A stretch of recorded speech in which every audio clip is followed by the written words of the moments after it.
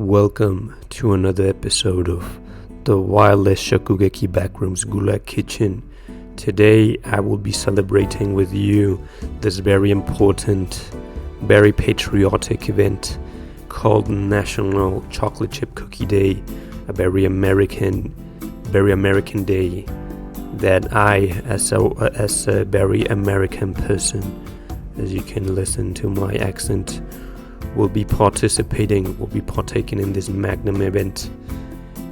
My plan is to make chocolate chip cookies but using pancake flour.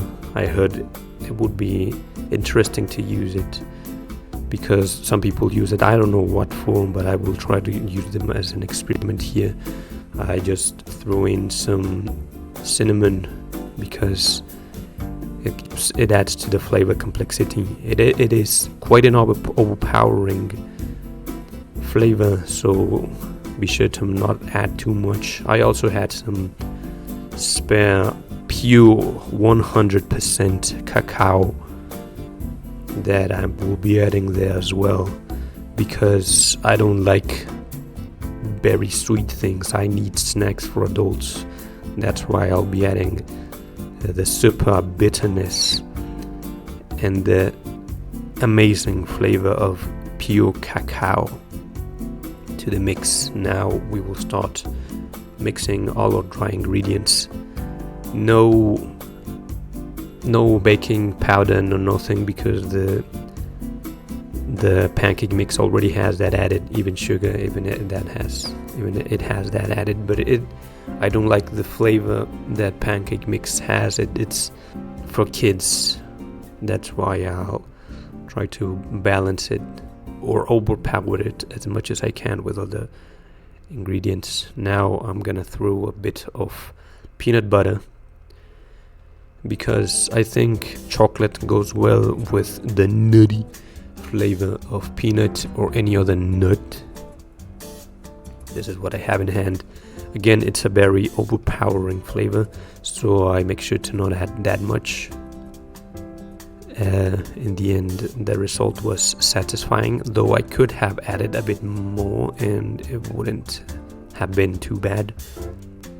What the hell am I doing there? Okay, next I will add a little bit of vanilla flavor, vanilla extract.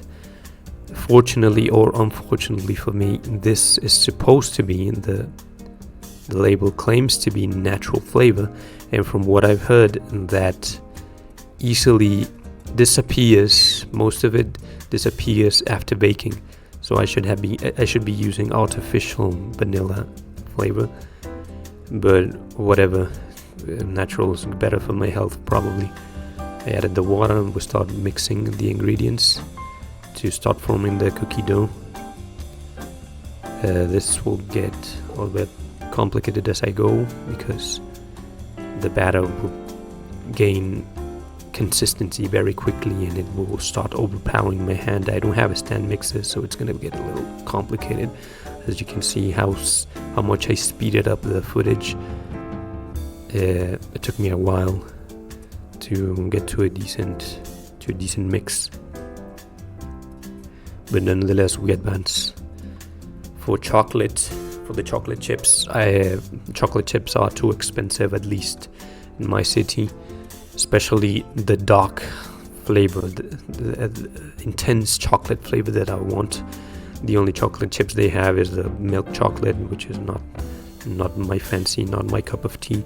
So I just bought these Hershey's dark chocolate bars, which are not super bitter compared to actual cacao, but it's just the right flavor of chocolate for me, the right flavor of chocolate chip cookies. We will start chopping them with a sharp knife, unlike this one. Remember, a sharp knife is a safe knife. But this is all I have. I'll make do with what I have.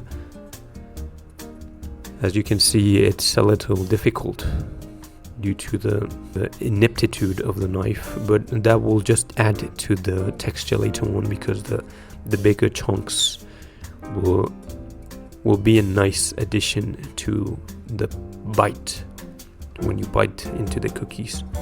Just remembering it makes my mouth water. Goodness gracious. Alright, that is done. When you are done chopping your chocolate to the desired size, you pop it into the cookie dough, as I will do there. And my tripod has problems with its neck. It is kind of loose. I need a new configuration or it will continue fucking up my framing. Goes down, looks down, but nonetheless we advance. Here I continue to mix the batter, the cookie dough, now with the chocolate chips. It will get more complicated now.